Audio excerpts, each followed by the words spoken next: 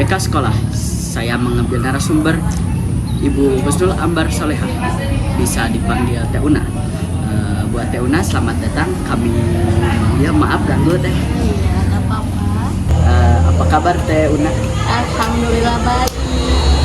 Senang rasanya diundang sama Jaki sama Ardi di sini. Ada apa? Ada yang bisa dibantu? Teh izin bertanya tentang BK Sekolah, tentang permasalahan gitu, pemecahan boleh? Boleh. Apa sih yang enggak? Silahkan. Apa yang harus saya jawab? Jadi ada BK itu pentingkah di sekolah? Sangat penting.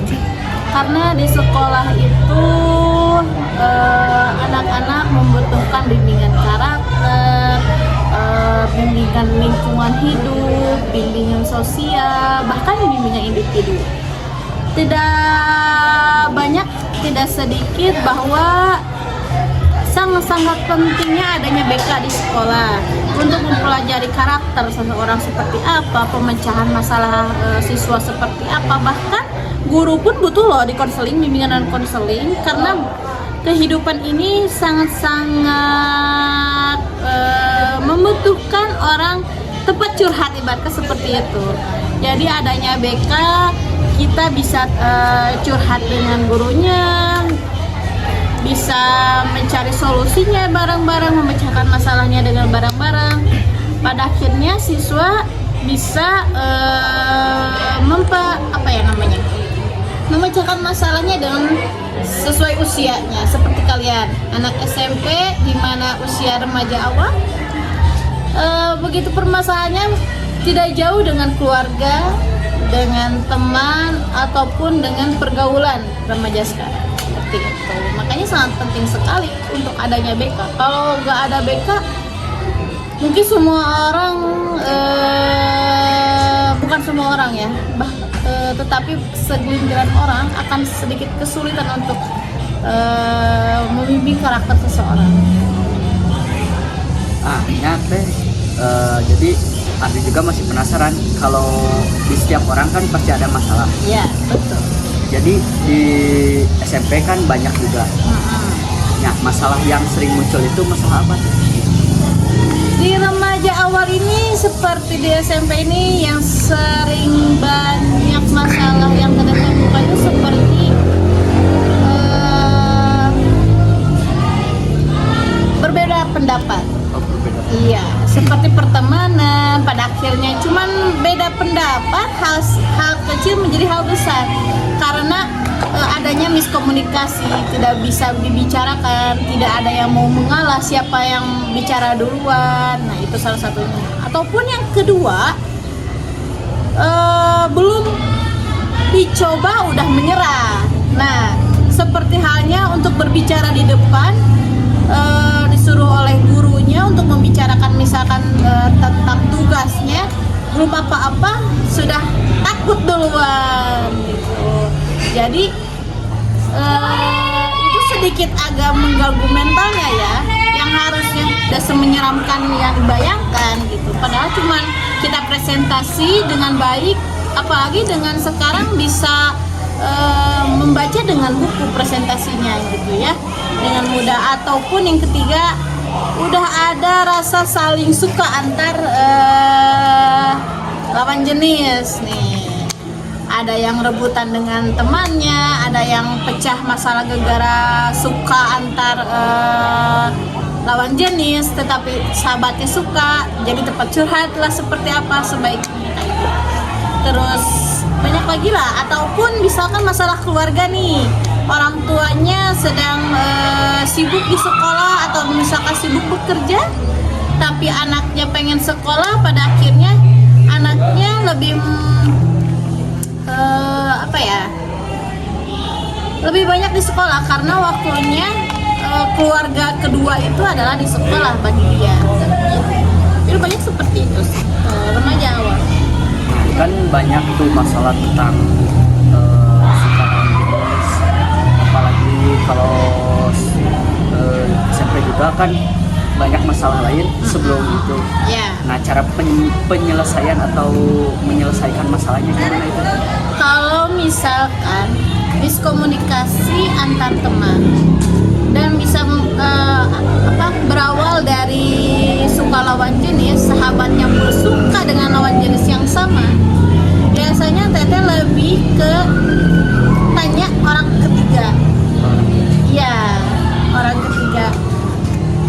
ketiga ini lebih cenderung sukanya ke siapa? Ke sahabatnya yang A atau ke sahabatnya yang B. Tapi sebagai teteh, sebagai guru atau sebagai orang tua kalian, menyarankan jangan dulu untuk suka lebih lanjut lah, untuk lebih serius lah. Jadi teman untuk semangat aja, semangat belajar, semangat berprestasi gitu. Jangan lebih dari teman semangat. Kalau saran teteh dari guru BK bimbingan konseling ya, karena untuk berpacaran itu tidak baik ya bagi agama maupun bagi kesehatan loh sebenarnya gitu ya. Ya kalau misalkan bagi kesehatan jadi kurang fokus untuk sekolah dalam belajar. Terus kalau misalkan lagi berantemnya gak mau makan pada akhirnya jadi sakit gitu. Untuk agama ya memang itu haram gitu ya, karena kalau belum menikah itu bukan mahram namanya. Enggak. Jadi belum waktunya. Iya, jadi belum waktunya, apalagi remaja awal. Masih kecil, dari SD ke SMP, waktunya ngejar cita-cita, banyak yang harus difokuskan.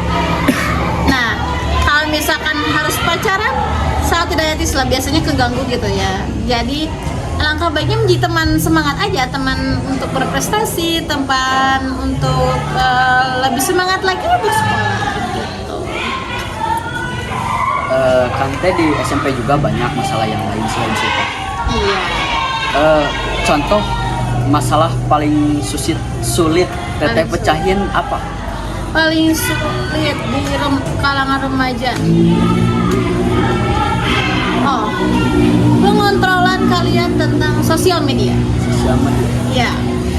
Satu, sosial media itu 24 jam. Ya, seharian. Dan di sosial media itu bisa mengakses apapun. Betul.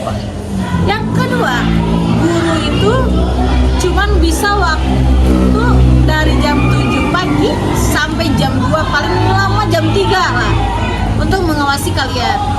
Tetapi sesudah itu orang tua lah yang bertanggung jawab.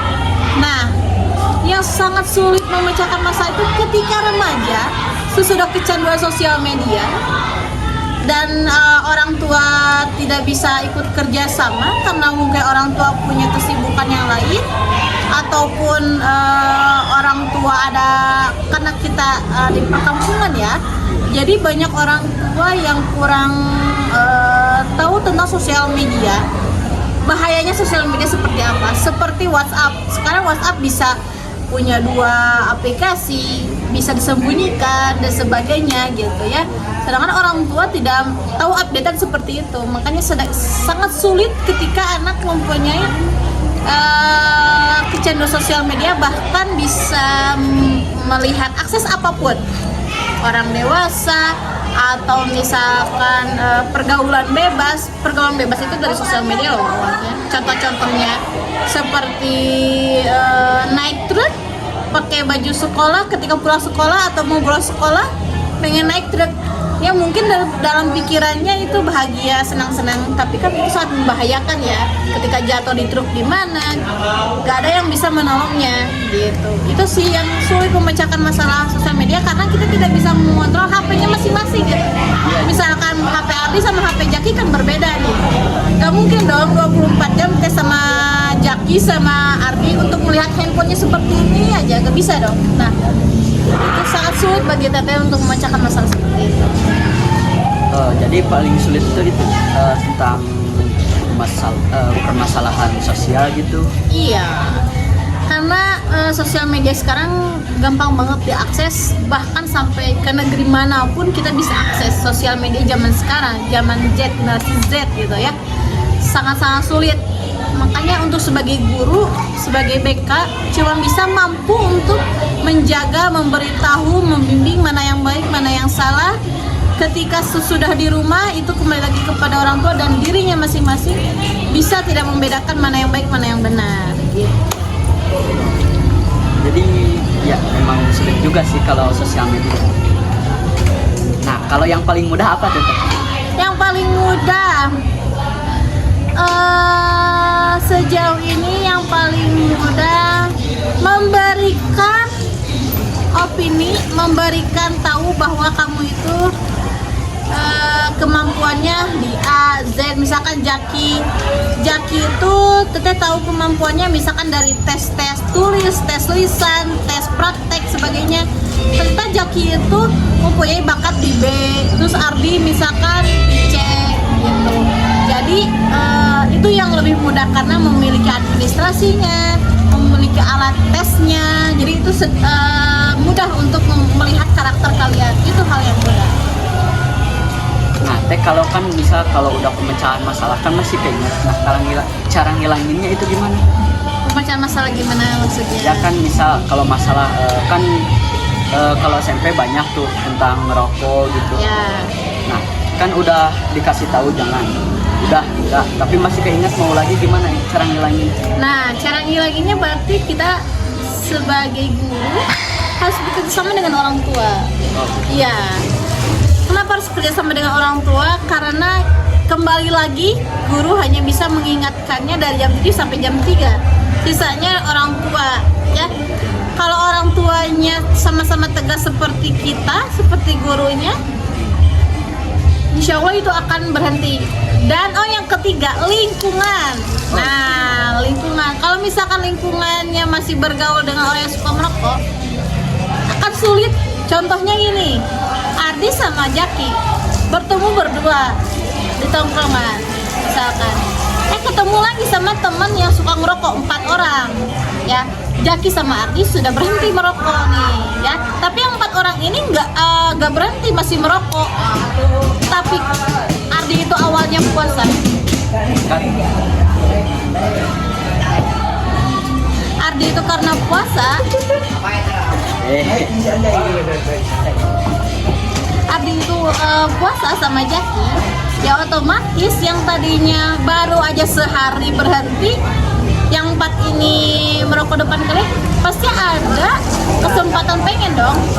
Ibarat sama kabita lah, masa sih itu kabita kan gitu. Jadi tergantung, balik lagi kepada kalian. Kita sebagai bimbingan dan konseling hanya bisa memberikan 2. 1 bimbingan, 2 pilihan. Bimbingan itu udah dikasih tahu mana yang baik, mana yang buruk, mana yang harus diikuti, mana yang enggak. Yang keduanya bisa memilih mau atau enggak berubah gitu. Karena kalau misalkan bukan diri kita yang mau berubah, orang sekitar manapun, pacar sekalipun atau teman sekalipun yang disayang, nggak akan bisa merubahnya kalau dirinya kita nggak mau berubah. Iya. Jadi kembali lagi ke diri sendiri kalau gitu ya? Ya iyalah, betul. Susah dong kalau misalkan diri sendirinya juga gak mau, betul gak? Dari sekian banyak permasalahan, teh ada gak sedikit motivasi dari teteh biar gak ada lagi lah? Tapi pasti ada sih kalau sedikit-sedikit gitu. Apa motivasi apa? Apa aja teh dari teteh gitu? Untuk remaja generasi Z ini, teteh sarankan lebih bisa memilah sosial media yang baik. Karena gini, generasi Z ini dan seterusnya sangat berpengaruh karakter kita. Ada karakter lemah ataupun kuatnya itu tergantung sosial media. Kita kalau misalkan melihat video orang dewasa saja udah merusak sel otak 1000, apalagi kalau misalkan kita terus-terusan memperlihatkannya gitu. Generasi Z ini sangat penentuan masa depan. Kita mau jadi pemimpin seperti apa? Karena seperti teteh guru akan pensiun, tapi kalian akan penerusnya gitu. Jadi negara ini mau dibawa kemana? Tergantung kalian. Kalian mau jadi pemimpinnya, mau pemimpin yang lemah atau pemimpin yang kuat. Nah, menjadi pemimpin itu masih panjang, masih ada generasi SMA, SMK sederajatnya, kuliah ataupun kerja. Itu nggak mudah untuk mengatasi semuanya itu gitu. Nggak seperti membalikan telapak tangan dengan begitu saja, itu harus ada proses. Makanya salah satunya tolong batasi sosial medianya, FYP-nya. Lebih banyak ekskul lah, lebih banyak kegiatan lah, seperti main futsal kemarin ya, Jaki udah ikutan kabupaten, mewakili kabupaten. Ini loh guys, ketua OSIS mengikuti futsal perwakilan kabupaten, dan Ardi juga mengikuti eskul futsal juga sama kan gitu. Alhamdulillah disibukkan dengan eskul itu lebih baik loh guys gitu ya, dibandingkan kita harus scroll, boleh scroll sosial media kapanpun bisa, cuman lebih baik memilah dan memilih. Takutnya kita akan ketinggalan zaman, bukan zaman sosial media tapi zaman badan kita. Semakin hari semakin bertambah, tahu-taunya kita lemah, sakit-sakitan, karena lebih baik mager, tiduran aja, makan aja, main HP aja, nggak gerak, nggak olahraga. Sangat sayangkan gitu. Jadi untuk masa depan nanti ada bahasa gini apa, anak zaman sekarang itu anak muda encok gitu ya, karena masih muda udah sakit pinggang, padahal itu sakit pinggang kenapa, main HP sambil tiduran gitu. Makanya ya kayak mereka lah, pusat-pusat aja mah harus lah seminggu sekali ya, setiap hari Sabtu kan. Nah kayak gitu, setiap hari Sabtu boleh lah, dalam satu minggu minimal 2 kali atau 1 kali untuk olahraga. Itu lebih baik dibandingkan main HP terus gitu guys. Buat kesehatan juga itu. Nah buat kesehatan juga lebih bagus, otot kalian, badan kalian lebih bugar, lebih baik. Biasanya kata orang tua ini ya, kalau kita sering olahraga kita semakin bahagia, kalau kita semakin tidur mager semakin terpuruk untuk hidup kita gitu, karena nggak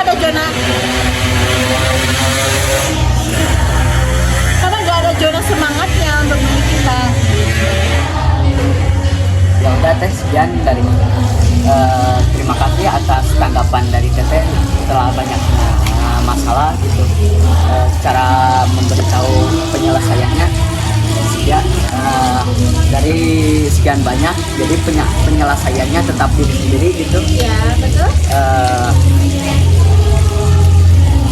Jadi di hari ini, podcast kali ini kita harus memilih dari jalur mana yang benar, jalur mana yang buruk. Jadi kita harus inisiatif sendiri untuk masa depan kita yang akan datang gitu ya. Betul. Dan terima kasih juga Teh udah membimbing dari sekian banyaknya masalah gitu. Terima kasih untuk bimbingannya. Sama-sama. Sekian dari kami. Wassalamualaikum warahmatullahi wabarakatuh.